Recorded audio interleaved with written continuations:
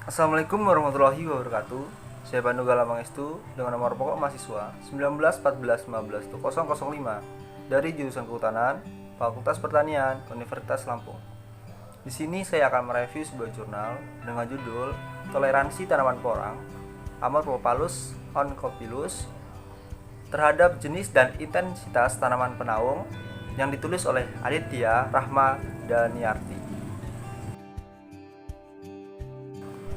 Pokok bahasan yang akan dibahas pada kesempatan kali ini ialah yang pertama ada pendahuluan, yang kedua bahan dan metode, yang ketiga hasil dan pembahasan, dan yang terakhir adalah kesimpulan.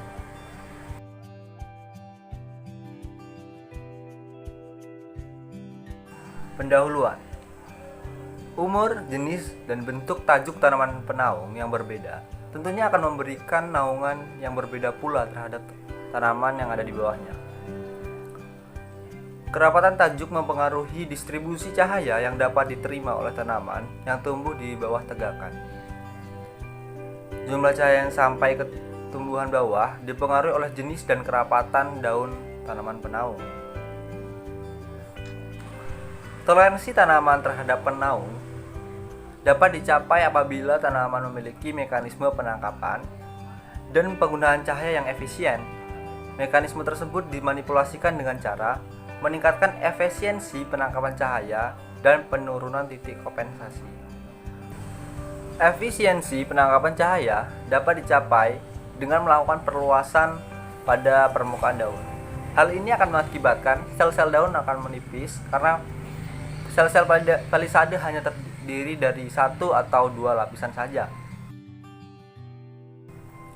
Tanaman porang, Amorphopalus oncophilus, adalah salah satu jenis tanaman yang memiliki toleransi terhadap naungan. Tanaman porang merupakan salah satu jenis tanaman yang mampu tumbuh di bawah tegakan dalam kawasan hutan KPH seradan, baik pada tanah gembur ataupun tidak tergenang. Porang dapat dijadikan salah satu jenis tanaman alternatif sumber bahan pangan karena memiliki kandungan gizi yang cukup tinggi, yaitu kandungan pati sebesar 76,5%, protein 9,20%, dan kandungan serat 25%. Porang juga memiliki kandungan lemak sebesar 0,20%. Karbohidrat yang diperoleh oleh umbi porang juga dapat digunakan sebagai bahan dalam industri kertas, tekstil, cat, bahan negatif film, bahan isolasi, pita seluloid, dan bahan kosmetika. Di Indonesia, porang belum banyak dimanfaatkan sebagai bahan pangan. Namun, chip ubi porang di Indonesia lebih banyak diekspor ke Cina dan Jepang.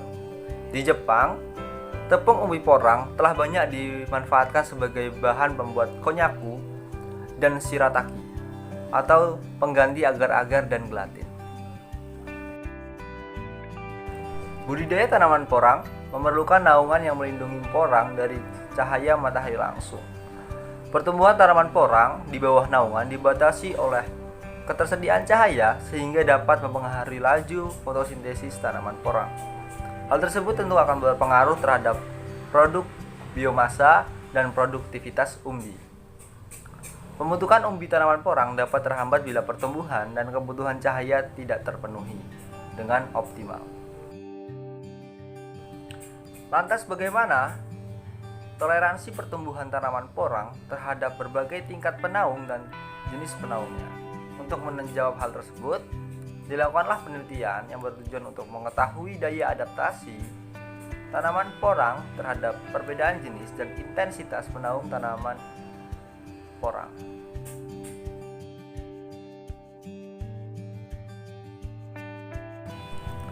Bahan dan metode. Penelitian ini dilaksanakan selama 3 bulan di hutan tanaman Wanagana 1, Kabupaten Gunung Kidul, Daerah Istimewa Yogyakarta. Tanaman penaung yang digunakan ialah mangium, Acacia mangium, Eucalyptus sp, dan jati, Tectona grandis. Penelitian ini dirancang dengan rancangan peta terbagi, split plot design, dengan jenis tegakan sebagai penaung utama terbagi atas 3 subplot penaung dengan intensitas cahaya rendah 0-22%, sedang 22-44%, dan tinggi lebih dari 45% dengan 3 kali ulangan. Variabel pengamatan yaitu parameter pertumbuhan tanaman porang yang diukur dengan berat kering tanaman porang. Data hasil pengamatan dianalisis dengan menggunakan analisis ragam, analysis of variance atau ANOVA. Apabila jenis dan intensitas naungan berpengaruh terhadap berat kering porang, maka akan dilanjutkan dengan Duncan Multiple Training Test (DMR) pada taraf uji 5%.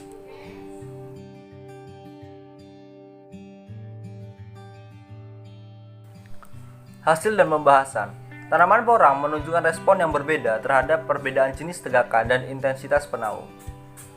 Jenis tegakan memberikan pengaruh terhadap berat kering porang, sedangkan intensitas penaung dan interaksinya tidak berpengaruh nyata. Berat kering tanaman porang pada penaung akasia lebih besar ketimbang eukaliptus dan jati. Dapat dilihat pada grafik tersebut menunjukkan bahwasanya berat kering tanaman porang lebih tinggi pada naungan mangium atau akasia mangium dengan berat 2,99 gram. Yang kedua adalah eukaliptus dengan berat 1,25 gram. Yang terakhir adalah jati 0,85 gram.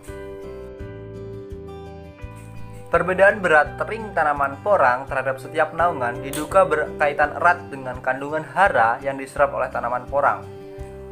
Hal tersebut selaras dengan apa yang dikemukakan oleh Lakitan 2004, bahwasanya pertambahan berat kering tumbuhan berasal dari unsur hara yang telah diserap oleh akar. Tinggi berat kering tanaman di bawah tegakan akasia atau mangium diduga sebagai oleh kandungan unsur N di tanah yang lebih banyak diperoleh dari simbiosis perakaran akasia dengan bakteri Rhizobium, sehingga lebih mudah diserap oleh tanaman porang dibandingkan dari jatuhan serasah. Meskipun serasah naungan akasia lebih tinggi ketimbang naungan lainnya, namun serasah jenis ini sukar untuk terdekomposisi. Hal tersebut dikarenakan kandungan lignin pada daun akasia mangium terbilang lebih tinggi dari daun pohon jati dan eukaliptus. Kandungan lignin pada serasah daun mangium sebesar 18,3%. Besarnya kandungan lignin tersebut membuat proses dekomposisi serasah oleh mikroorganisme menjadi lebih sukar dilakukan. Selain itu, pada daun akasia juga terkandung zat alelopati yang menekan aktivitas dari organisme pelapuk, sehingga pelapukan sangat sulit dilakukan atau dalam jangka waktu yang lama. Nilai C/N ratio tanah di bawah tegakan akasia lebih tinggi dibandingkan dengan tanaman jati dan eukaliptus. Perbedaan ini diduga oleh kandungan serat phylloide yang tinggi dan juga adanya kutikula yang tebal pada permukaan phylloide jenis serasah tersebut. Rendahnya berat kering tanaman porang pada tegakan eukaliptus dan jati disebabkan oleh zat alelopati. Alelopati ini merupakan suatu zat yang menekan pertumbuhan tanaman lain yang ada di sekitar tanaman yang melepasnya.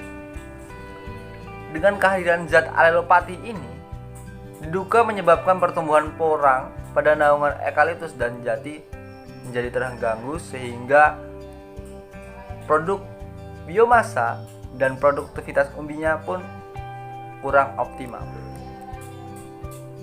Eukaliptus dan jati diketahui melepaskan zat alelokemi ke lingkungan sehingga menghambat pertumbuhan tanaman lain yang berasosiasi. Senyawa penghambat tersebut berupa fenol yang larut dalam air dan terpen yang menguap. Senyawa penghambat tersebut berhasil diasosiasi dari daun, kulit kayu, dan akar tumbuhan. Senyawa fenol dapat masuk ke dalam tanah melalui pelindian, daun, dan eksudat akar. Fenol merupakan salah satu senyawa alelopati yang dapat ditemukan dalam jumlah besar pada hampir semua tumbuhan, terutama tanaman-tanaman yang menghasilkan minyak atsiri dan metabolit sekunder seperti eukaliptus dan jati. Oleh karena hal ini, eukaliptus kurang cocok bila dikembangkan dalam pola agroforestry. Selain itu, tajuknya yang jarang menyebabkan inception loss yang dapat meningkatkan tingkat erosi di bawah tegakan.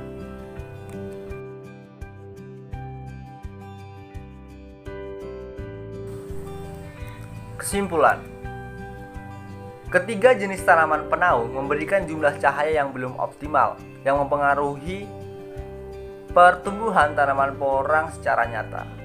Jenis penaung terbukti nyata memberikan pengaruh terhadap berat kering tanaman porang. Jenis penaung mangium menyumbangkan rasa dan kualitas tanah yang lebih baik dibandingkan jenis eukaliptus dan jati.